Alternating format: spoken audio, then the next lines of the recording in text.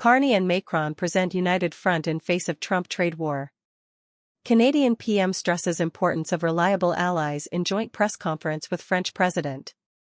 Canada is the most European of the non-European countries, Mark Carney has said during his first overseas trip as Prime Minister to France and the UK, where he is seeking stronger alliances to deal with Donald Trump's attacks on his country's sovereignty and economy.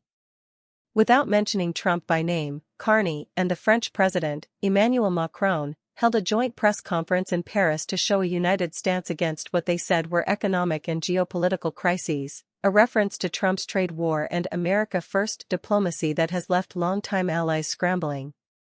Canada is a unique friend, Macron said, adding that fair trade was more effective than tariffs. Carney spoke in French and English, and said it was important for Canada to strengthen ties with reliable allies. I want to ensure that France and the whole of Europe work enthusiastically with Canada, the most European of non-European countries, determined like you to maintain the most positive possible relations with the United States, he said.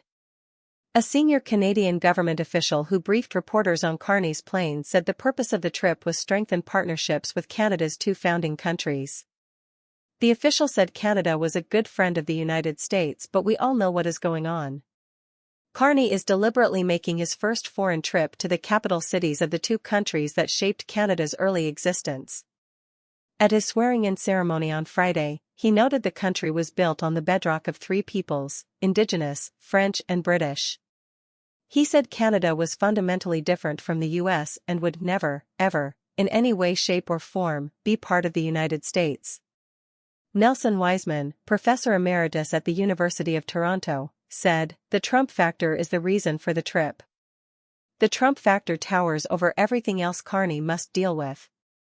Carney, a former central banker who turned 60 on Sunday, will later travel to London to meet the UK Prime Minister, Keir Starmer, in an effort to diversify trade and coordinate a response to Trump's tariffs.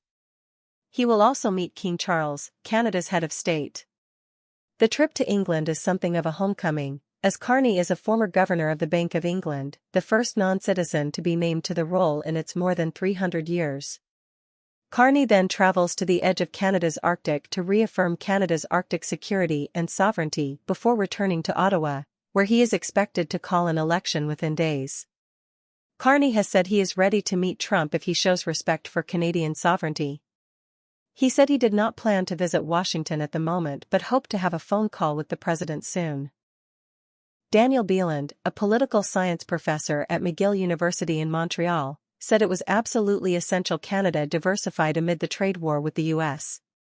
More than 75% of Canada's exports go to the U.S. Beeland said Arctic sovereignty was also a key issue for Canada. He said, President Trump's aggressive talk about both Canada and Greenland and the apparent rapprochement between Russia, a strong Arctic power, and the United States under Trump have increased anxieties about our control over this remote yet highly strategic region.